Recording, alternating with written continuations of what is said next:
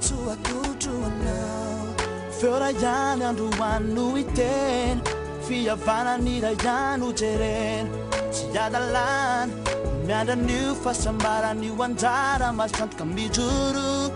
Fera yana do one new iten. Afalini da yanu keten. Arrivavci uwen, andau a bite punifu. Nila yansu ni futi angina, via dana na milena katangina, Antoana, Reswana. Nila yansu ni futi angina, via dana na milena katangina, Antoana, Reswana. Yeah.